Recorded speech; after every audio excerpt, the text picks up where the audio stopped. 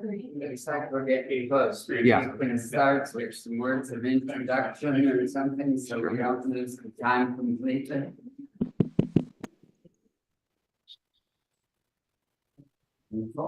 And the speaker needs to be on too. Can we hook up his mic? Thank you, George. Oh, thank you. So sorry about the inconveniences here. No worries. One of our regulars is going to a speaker. Mark. Mark Muller. Is going to a speaker.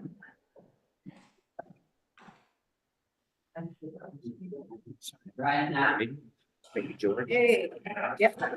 And So use that one there. yeah, both of them is this one feeds into the room. Have a Zoom session. Okay, so Give me just one moment. perfect. Thank you, George. And I'll step up quickly, then I'll have it. Yeah. You said one of those.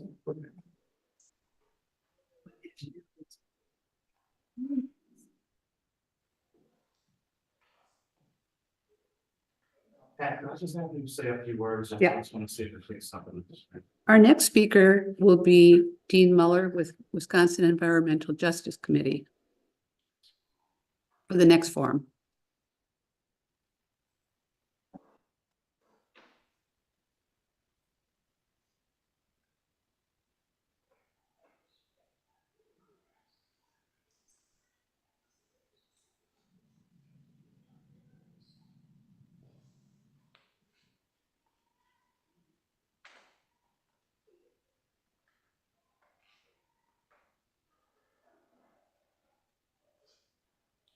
Being a digitization specialist doesn't give you special insight on how to make this work.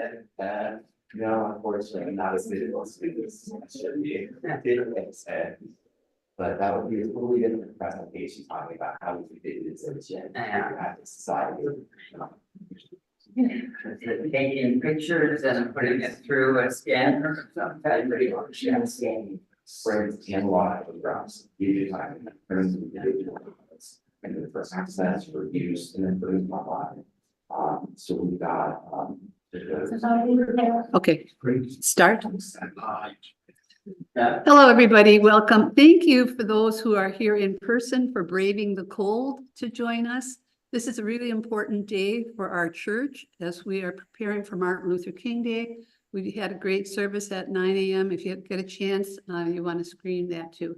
So we're really lucky today that Mike Barera will be talking to us about the Milwaukee County Historical Society. They have an initiative to place binoculars on stands to view 10 local sites of historical interest within Milwaukee County. Mike confided that he always walked by this church and found it interesting and came in and said, what about a beautiful church? So before we start, I want to say that next week, our forum is going to be on Wisconsin environmental justice with Dean Muller. It's also going to be good. I'm sure we'll be talking about fossil fuels. So thank you, everyone, for joining us. And with that, Mike is ready for a brief presentation with question and answers. If you have a question or a comment, it's so much easier if you step up. Just join us at the mic. Thanks, everyone, for coming. Thank you. Thank you. My name is Michael Barera, and I'm the Assistant Archivist and Digitization Specialist at the Milwaukee County Historical Society. And today I'm presenting Viewaukee, displaying historic photos in tower viewers around Milwaukee. To begin, I'd like to talk about Viewaukee's ideation. Viewaukee is a Milwaukee County Historical Society, or MCHS, program that places tower viewers, also called street-side binoculars or tower binoculars, in neighborhoods around Milwaukee. Each viewer consists of a set of binoculars inside metal housing that sits on a 5-foot-tall post. In appearance, these viewers look like the scenic viewers found in national parks or on the observation decks of tall buildings. However, these Viewaukee viewers show a historic MCHS photograph instead of the present-day view, allowing viewers to view what the area's surroundings looked like in the past. In addition to the historic photo that is featured, printed on each viewer is information about its location and its past. Supplementing this, the viewers also provide links to online resources providing more information, educational resources, and a curriculum.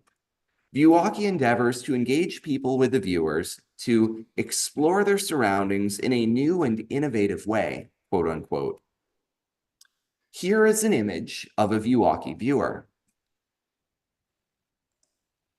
The mission statement for Viewaukee is, Viewaukee seeks to tell the stories of the local community by giving passers-by a glimpse into Milwaukee's past. This is a community-supported project that will spread throughout Milwaukee, bridging neighborhoods as it grows, quote unquote. And its vision statement is, Viewaukee viewers will show just how much Milwaukee has changed or stayed the same as it educates people about Milwaukee's history and builds their understanding of our community, quote unquote. According to former MCHS Executive Director Mae McCully, the idea behind Viewaukee was a response to the question, how do we meet people where they are, quote unquote. Its purpose is to connect the past with the present and relate history to who people are today, without expecting them to physically visit the MCHS building. The Viewaukee viewers are also designed to be more relatable and engaging than historical markers. Former MCHS Development and Communications Manager Sienna Morrissey observed that the MCHS building can be an unfamiliar and even intimidating space for people. So one of the goals behind Viewaukee is to help bring people to the building and MCHS programs. MCHS lead archivist Steve Schaffer mentioned that Mame has always been intrigued by then and now photos and believes his Somewhere in Milwaukee County series of photo posts on our social media pages may have been part of her inspiration. This photo shows former MCHS Executive Director Mae McCully using a Viewaukee viewer on the day of the program's launch. Viewaukee began as Mame's idea. Former MCHS Development and Communications Manager Morgan Sweet researched other cities that pursued a similar program, finding one that referred her to a vendor called I Spy. Mame then researched how to create the viewers and learned that they are essentially just a pair of binoculars in a simple metal device. Current MCHS Executive Director and former curator Ben Barera put her in touch with Digital Designs, a company that determined how to modify the viewers by making a solar-powered light to illuminate the historic photo inside. Steve was key for locating relevant historic photos because of his knowledge of the photographic collections in the archives and his understanding of city and county history more generally. This knowledge also allowed him to comment on which locations he thought would work well for viewers. Morgan was similarly involved with organizing potential locations. Mame, Morgan, and Steve together pitched the Viewaukee idea to local construction management company and contractor C.G. Schmidt, who was highly receptive. MCHS employees then went to every location under consideration for a viewer and took site photos. This next section discusses the implementation of Viewaukee. Viewaukee debuted in 2020 as a collaboration between MCHS and C.G. Schmidt. Morgan gives C.G. Schmidt, the presenting sponsor and largest funder of Viewaukee, much of the credit for implementation, noting that they wanted to make a splash and support a worthy cause, quote unquote, in celebration of their 100th anniversary. The first viewer, which overlooks the Milwaukee Art Museum from the Milwaukee County War Memorial, was unveiled in August 2020. 9 additional viewers were added in 2020 for a total of 10, which are listed on the next slide. Use of all of the viewers is free. At its launch, Mame described Viewaukee as a program to meet people where they are and to help them explore the past, especially as it relates to their life and experiences today, quote unquote. C.G. Schmidt president and CEO Rick Schmidt added that it provides an engaging educational experience for residents and visitors alike, quote unquote. Here is a list of all 10 of Viewaukee's initial 2020 locations, including the 16th Street Bridge, Miller Valley, Milwaukee City Hall, the Milwaukee River, and the North Point Water Tower. This is a photo of the ribbon cutting at the Viewaukee launch at the War Memorial, with the Art Museum in the background. The viewers were supposed to be launched in April 2020, but were delayed until August of that year due to the COVID-19 pandemic. The pandemic also caused hesitancy to touch and use the viewers. One of the few significant changes between ideation and launch was the name. Originally titled View MKE, the name was changed to Viewaukee because there was an already existing restaurant known as View MKE. Besides C.G. Schmidt, 2 other companies were involved in the implementation of Viewaukee: Giedel with the wraps and Norman Design with logo, branding, and viewer design. Both Mame and Ben contributed significantly to the implementation phase. Much of this work involved in obtaining permits from the city of Milwaukee, as one of their major concerns was the width of sidewalks where viewers were installed. Steve described the city as being very cooperative with this process, with many of the permits acquired at no cost to MCHS. During implementation, Ben focused on project coordination and physically moving viewers at MCHS's offsite storage facility. Steve procured photos, created text captions, and courted donors. Sienna managed the Viewaukee website and related social media. This pre-launch flyer from May 2019 uses the initial name, View MKE, which was changed to Viewaukee due to the existence of a restaurant with the name View MKE. At the launch of Viewaukee in 2020, Mame stated that the plan is to grow this interactive and innovative approach to sharing history by adding a variety of locations over the coming years, quote unquote. Since 2020, an additional 8 viewers have been installed at the following sites, including the Allen Bradley Building, Central Menominee Valley, Jones Island, the Pabst Mansion, and most recently, the Milwaukee County Zoo. Here is a map of all Viewaukee locations as of this month, except for a location at the County Zoo that is far to the west of the rest of these. The first group of lessons learned related to location.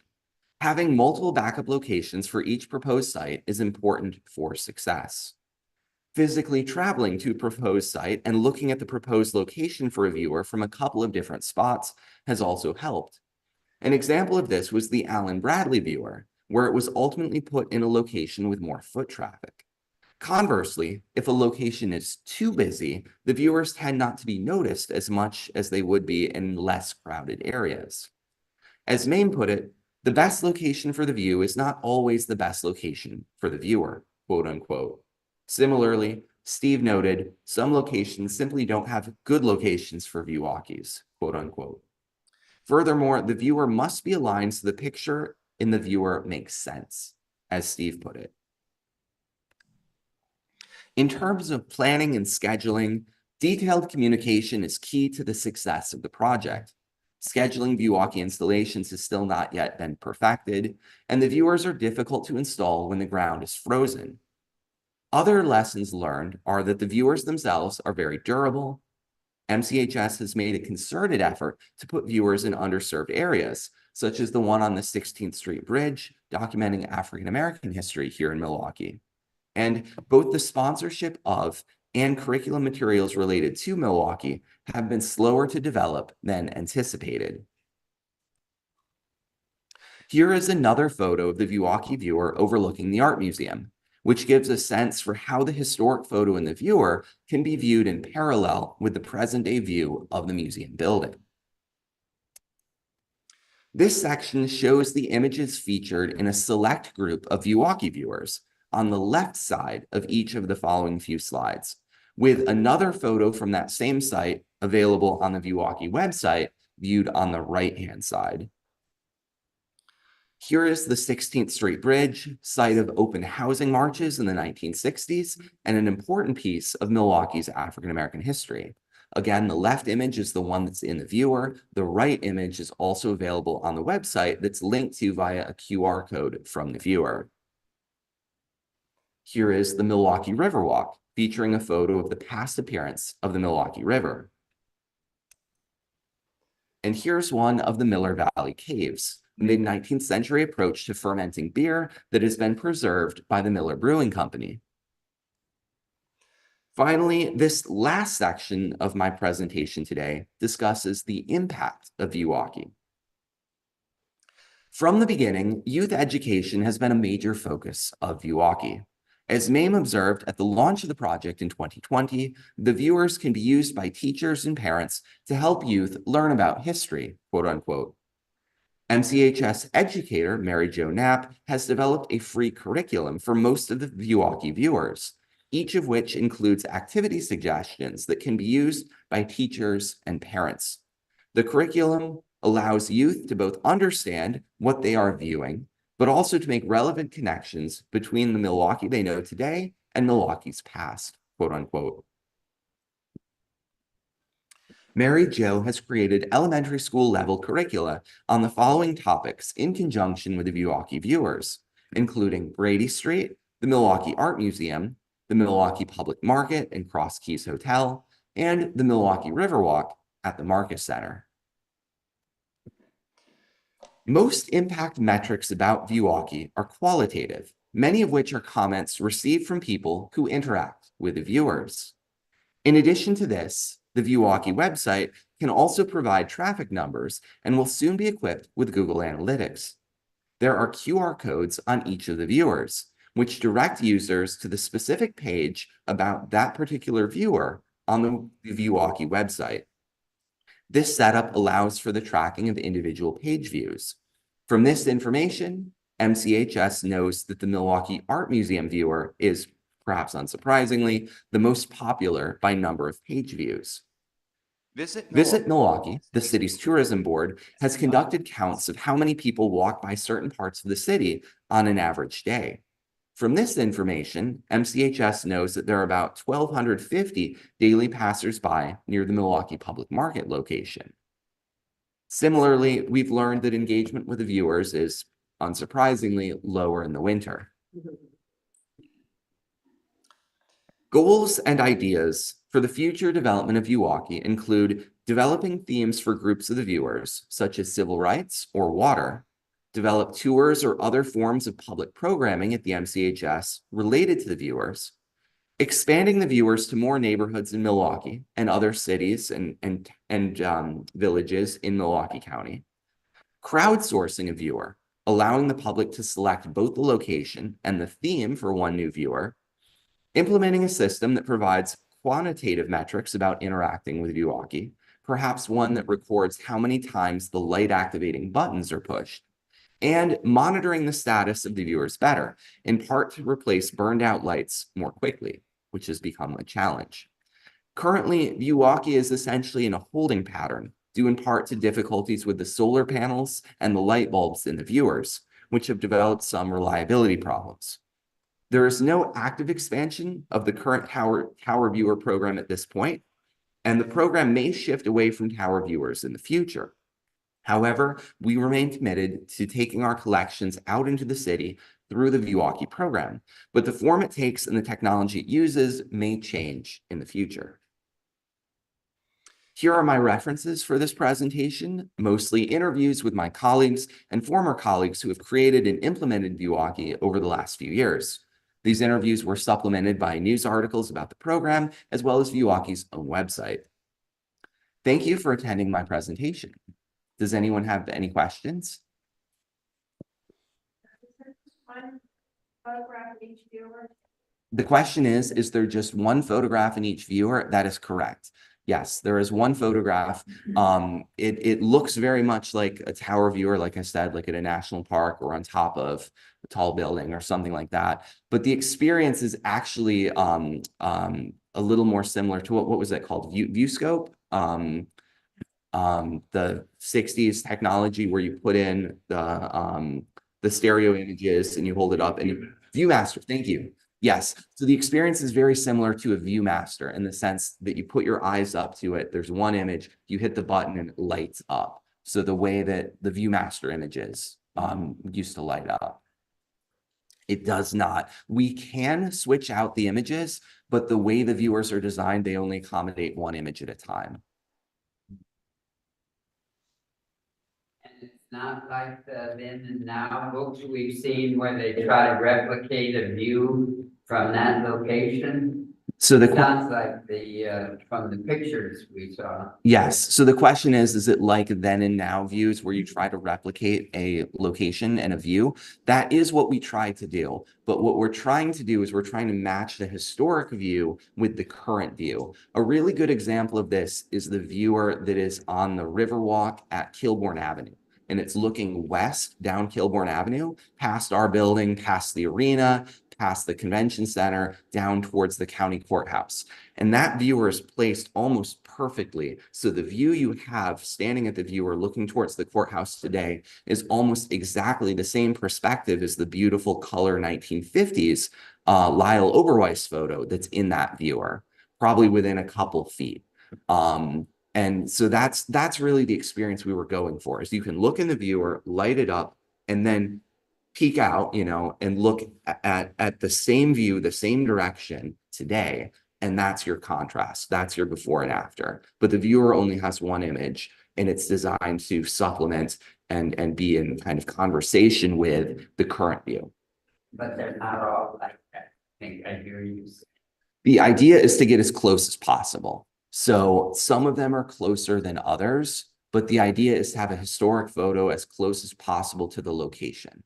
So due to some technical concerns and where we could put the viewer, we couldn't get them all quite as exact as that one on Kilbourne, but the idea was to make it as close as possible. You talk about crowdsourcing. Mhm. How much does it cost to put one of these up on average? Oh, that's a good question. That I don't know. I know it's a fairly significant chunk of money. And if I understand correctly, most of that was paid for by CG Schmidt, at least with those initial 10 viewers. And so sponsorship is one of the reasons the program has slowed down. It's not something that we're able to do without having sponsors. So either like a corporate sponsor like CG Schmidt, who has their branding on the viewers. If I go back to that first photo, you'll get a good sense for how their branding is on there. And then also we're looking for partners, sponsors of businesses, right? Somebody. That might be interesting. Yeah. But I would need to know. Yes. How much. Yes.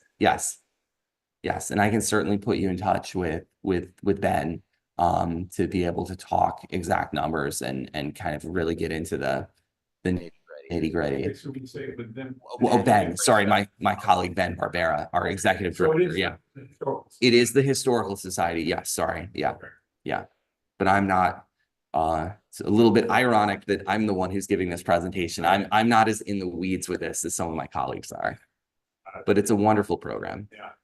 With the huge number of like preserved buildings that we have. Mhm.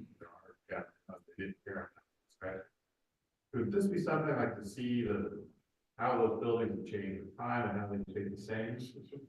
Yeah, so the question is, with the huge number of preserved buildings in Milwaukee, could this be used to show how buildings have changed with time? Yes, absolutely. And the first one that jumps to mind is the Wells Building, which had that beautiful crown, the last 4 or 5 stories of it, that was removed in the mid to late 20th century. We have some beautiful shots of that building with the crown still intact. And they did a beautiful job renovating, what was left of it a couple years ago. So, 7, 8 stories high, it still looks the same as it always did. But that would be a good example of something that you could set up, as long as you get the perspective roughly right, to really illustrate how it has changed.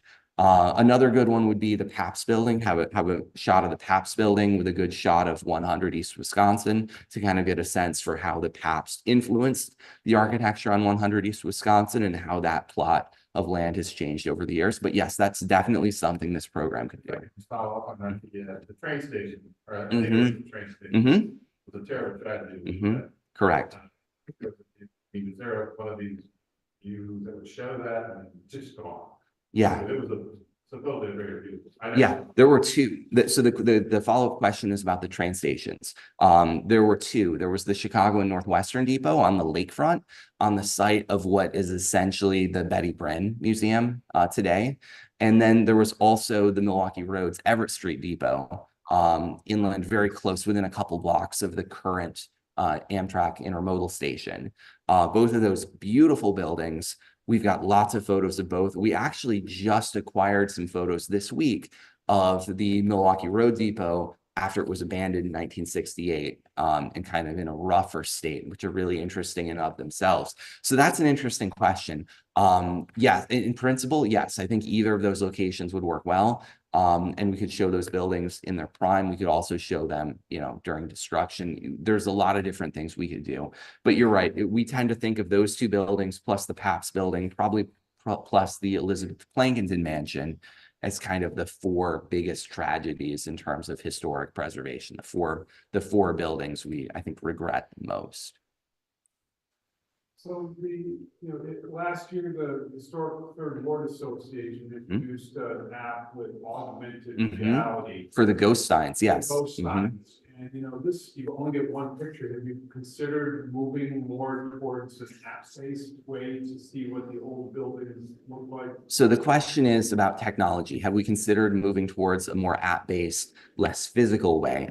There are a number of different things that are under consideration, and kind of the spectrum that we have in mind. On the one end, the low-tech way would be going towards historical markers, like little plaques. And then on the other end would be augmented reality. And then the question is, of course, like, how do we do that? As a small not-for-profit, big technology is always a challenge for us.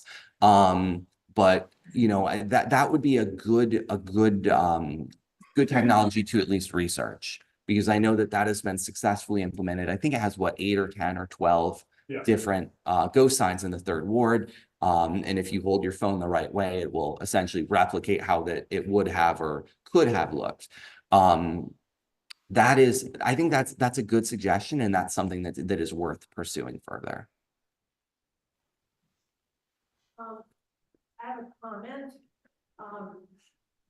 I've encountered one of these viewers, to the one at North and Farwell, here at the Oriental Theater.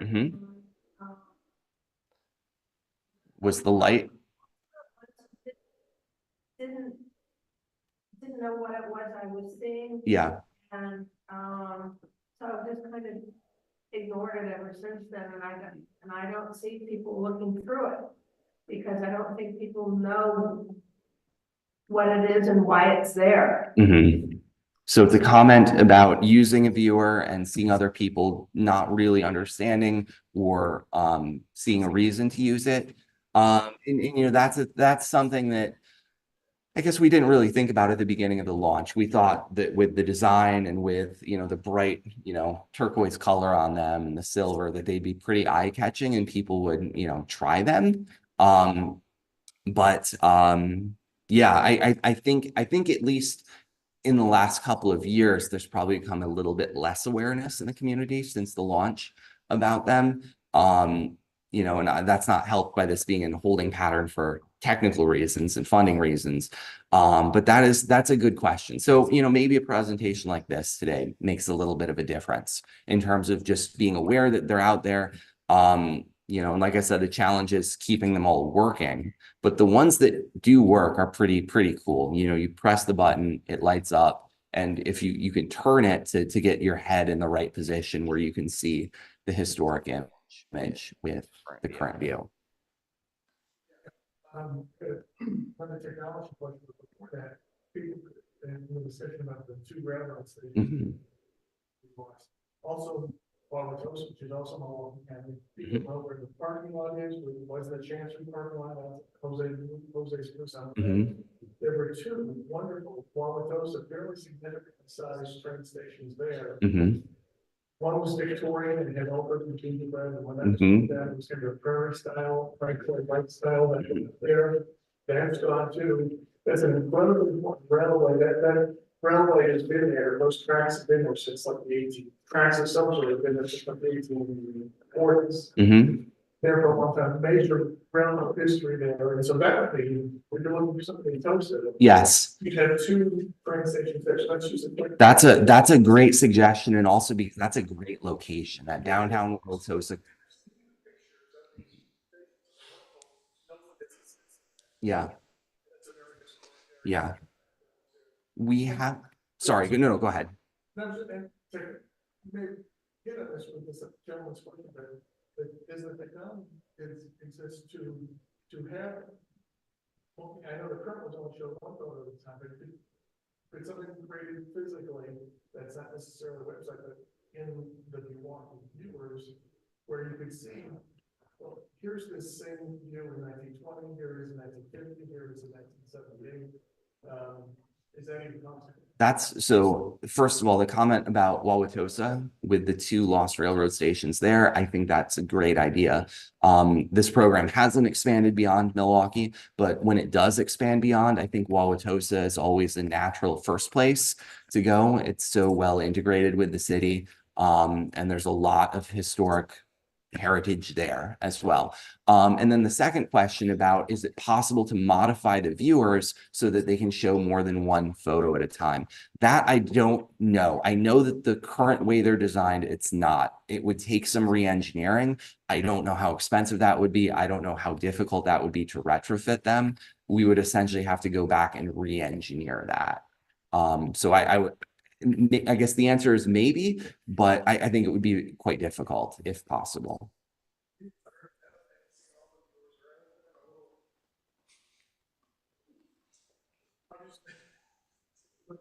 I mean, we're in a little room, so to speak. Mhm. There's a viewer, but there's some historic theme, but there's a bench or something nearby that echoes the theme of what they're going to see in the viewer that creates an atmosphere around. Yeah, so another suggestion is to have some sort of physical object near the viewer that's somehow related to the experience, right? Yeah, that's something we have not thought about. So I want to thank Mike. He's an amazing teacher. So I've been enjoying the way he is able to do the cooperative learning, always remembering to add the comment. And just one last question before we go, because George and I have to be in the service. So what is your favorite part about Milwaukee? My favorite part about Milwaukee? Oh, wow, that's hard. So I'm a transplant. I moved here 2.5 years ago, and moving here was the best decision I've ever made. I'm originally from Ann Arbor, Michigan, but I spent the first 7 years of my career down in Texas getting my start. So in some ways it feels like being back home, but I love being in a big city. I always wanted to live in a big city. I always thought it was going to be Detroit when I was growing up, but turns out it's Milwaukee, and I absolutely love it. My single favorite place in the city is actually Lakeshore State Park. It's a 20-minute walk from where I live, right downtown. And, it's beautiful in all seasons. It's just this incredible combination of natural beauty right on the water with the prairies. And then you've got the skyline, and you're so close to the heart of the city. But in general, I love the parks. I love the water. I love the rivers and the lake, the quality of life, the summers, the culture, the arts. I mean, the cost of living.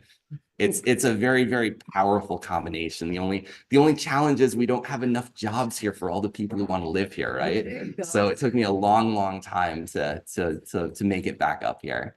But no, I absolutely love it. Again, we thank you. We hope you do something meaningful for Martin Luther King Day tomorrow. Our church is doing many things, so go on the website and feel free to join us. And I wish you all well. Again, next week, our forum will be with Dean Muller, Wisconsin Environmental Justice. Stay strong, my friends. Stay warm. Thanks for having me. A pleasure. Have you considered having some sort of explanation by the Unified Challenge?